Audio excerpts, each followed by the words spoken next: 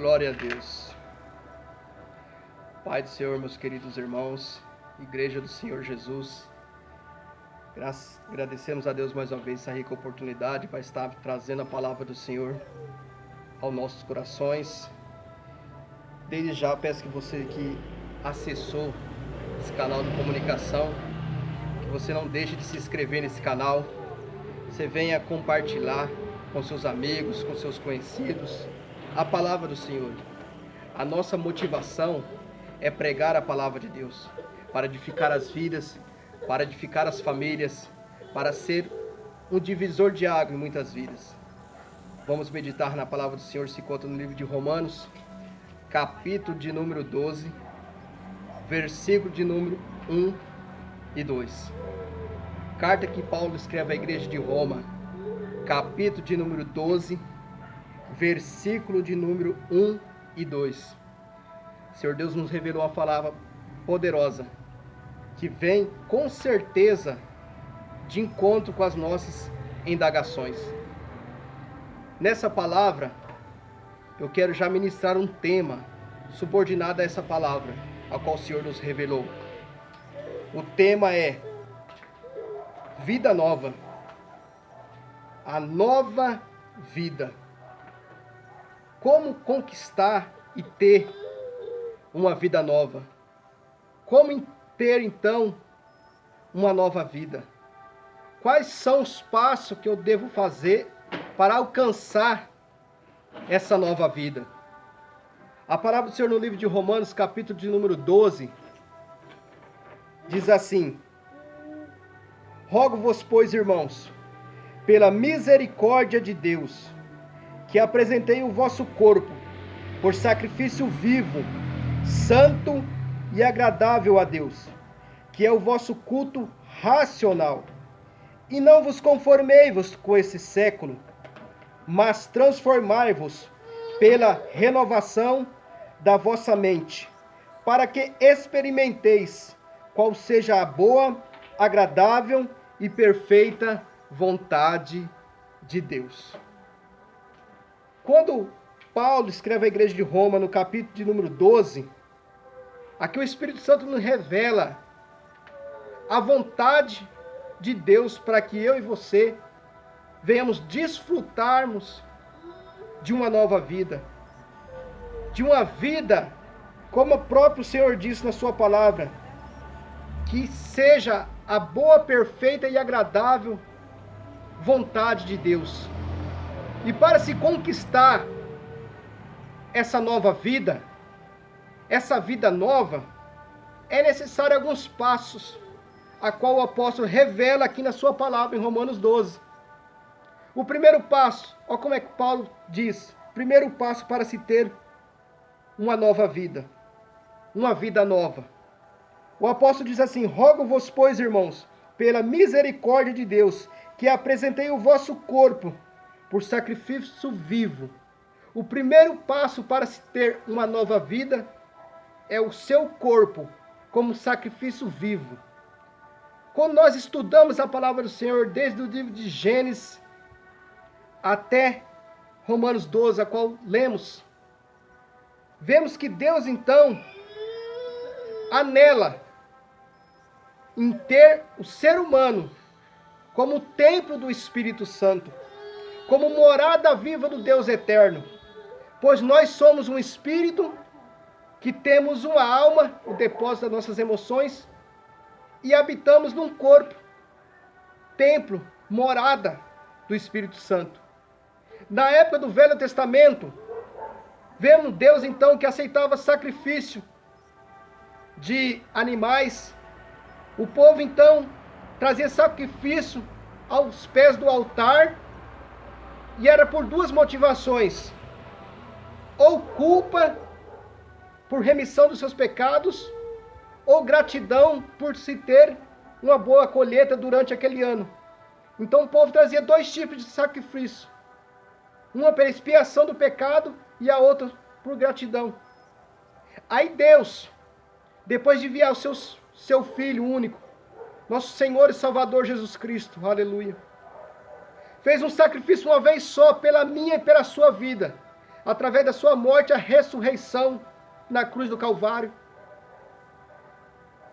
Deus, então, anela, espera, deseja a minha vida e a sua vida como um sacrifício vivo, como uma oferta agradável diante do Senhor. O Senhor Deus agora não quer mais oferta de animais, de pombos, de cabrito, nada disso. O Senhor Deus quer a minha vida e a sua vida como um sacrifício vivo diante de Deus. O primeiro passo para se ter uma nova vida é uma vida de santidade. O primeiro passo é ter o nosso corpo como um templo do Espírito Santo, como morada viva de Deus aqui nessa terra. Nós somos templo de Deus, casa de Deus aqui nessa terra. Nós somos um tabernáculo andante de Deus aqui nessa terra. Então o primeiro passo para se ter uma vida nova é o corpo como sacrifício vivo e santo diante de Deus, que é o que o apóstolo está dizendo aqui em Romanos 12. Apresentei o vosso corpo como sacrifício vivo. E vamos para o segundo passo para se ter uma nova vida. O segundo passo para se ter uma vida nova, para se alcançar, para vivenciar as promessas de Deus, o segundo passo, o apóstolo Paulo continua dizendo, depois de apresentar o corpo como um sacrifício vivo, santo e agradável a Deus, que é o vosso culto racional, o versículo de número 2 diz assim, e não vos conformei-vos com este século. Em algumas traduções está escrito assim, e não vos conformei-vos com este mundo. O segundo passo para se ter uma nova vida, você tem que ser desconformado. Quando a Bíblia fala este mundo, não está falando do globo terrestre em si, está falando então de maneira figurativa. Quando a Bíblia fala o seu mundo, é ali a sua habitação, é na onde que você vive, na onde você convive, é na onde você caminha, é na onde você ali está trabalhando, é na onde que você está morando, é na onde que você, suas amizades, ali é o seu mundo, ali é a sua habitação. E o apóstolo Paulo diz assim, e não vos conformei-vos com este mundo. Por quê? O conformismo é um dos maiores carcereiros do crescimento. A pessoa conformada, ela entra dias e sai dias na mesma vida. E muitas das vezes essa vida não está de acordo com a vontade nem dela e nem da vontade de Deus. O conformismo, a pessoa conformada, ela dá amém para tudo. Muitas das vezes sua vida está um fracasso, está uma derrota, ela diz amém à vontade de Deus. E muitas das vezes acaba fazendo heresia para a sua própria vida. Por não interpretar a palavra de Deus de maneira correta. Então a palavra de Deus diz assim, não vos conformei-vos. Amado, todos nós temos motivo para levantar de manhã, para lutar, para trabalhar. Temos combustíveis maravilhosos. Como eu tenho um combustível, que é a minha linda esposa, irmã Patrícia. É o nosso filho amado, José Felipe. São combustíveis que nos dão força para lutar. São combustíveis poderosos. Mas a Bíblia Sagrada nos fala de um combustível mais poderoso ainda para a mudança de vida, que é não vos conformei-vos. A pessoa desconformada é aquela pessoa que não se conforma, ou seja, que não está conformado com a situação que ela vive. Existem vários tipos de combustíveis para a nossa vida. Só que a pessoa ser revoltada, ser desconformada com aquilo que não provém de Deus e ela sabe que não provém, é um dos maiores combustíveis para a mudança de vida. Então, o segundo passo para ter uma vida nova é que o apóstolo Paulo, através do Espírito Santo, nos revela: e não vos conformei-vos com este mundo. Não podemos nos conformar. Não podemos dar legalidade para aquilo que a gente sabe que não é da vontade de Deus para a minha e para a sua vida. Não podemos dar amém para aquilo que não provém de Deus. Temos que muitas das vezes ser radical em algumas companhias. Temos que ser muitas das vezes radicais com alguns, até mesmo parentes. Temos que ser radical e muitas das vezes com algumas amizade que a gente sabe que não provém de Deus. Não podemos se conformar com coisa errada. Então o segundo passo é não vos conformei-vos. Ser uma pessoa desconformada com aquilo que não provém de Deus. E o terceiro passo, para se alcançar uma nova vida, a palavra do Senhor nos revela. E o apóstolo continua: e não vos conformei-vos com este século, com este mundo, mas transformai-vos. Quando a palavra do Senhor diz assim, transformai-vos, Paulo está nos dando uma exortação como será essa nova vida. Quando Paulo diz assim, transformai-vos, ou seja, é eu, é você, somos nós que temos que ser usados por Deus para transformar a nossa vida. Depois que nós recebemos o Senhor Jesus como Senhor e Salvador da nossa vida, o poder de Deus habita em nós. O Espírito Santo habita em nós. Nós somos agentes transformadores de caos em bênção. Deus, através de nós, pode transformar a nossa vida. Pode transformar a nossa história. Então nós somos um agente transformador. E é o terceiro passo para se ter uma nova vida. Paulo diz assim, transformai-vos. Nós temos que ser um agente transformador de caos em bênção. E vamos para o quarto passo, para se ter uma nova vida, para alcançar essa vida nova, a qual a palavra do Senhor nos promete, a qual a palavra do Senhor nos dá subsídio para que nós viemos vivenciar essa vida nova. Mas não é algo automático, não é apenas um tom de mágica.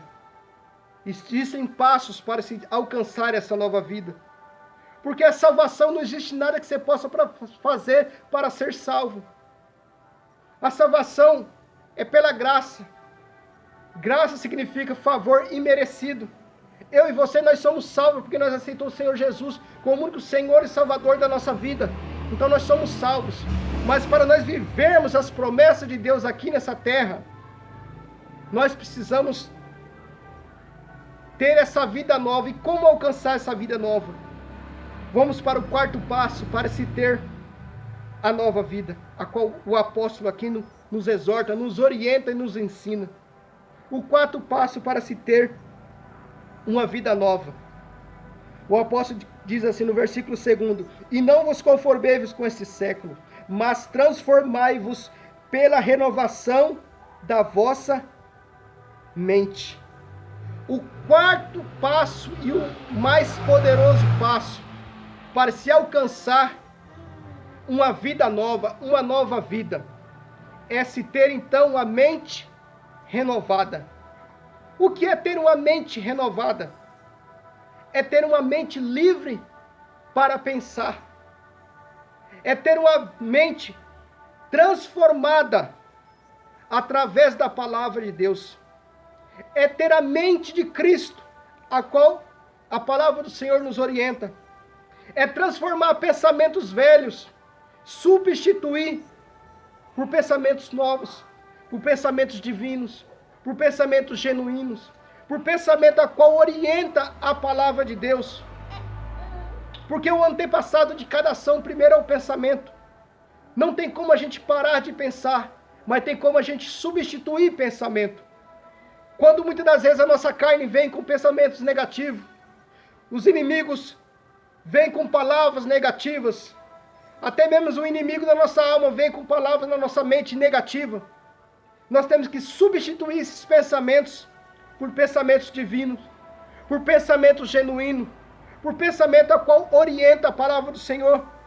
Colossenses 3:2 diz assim: se já ressuscitaste com Cristo, pensai nas coisas que são de cima e não nas que estão de baixo. Volte seu pensamento para as coisas de Deus. Volte a sua mente para o reino de Deus. Pense em coisas boas. Pense em coisas que edificam. Pense em coisas que vai solidificar a sua mente. E é no pensamento que nós articulamos as nossas ideias, que irão conduzir as nossas ações. A filosofia tem um processo chamado assim, Pensamentos conduzem a sentimentos.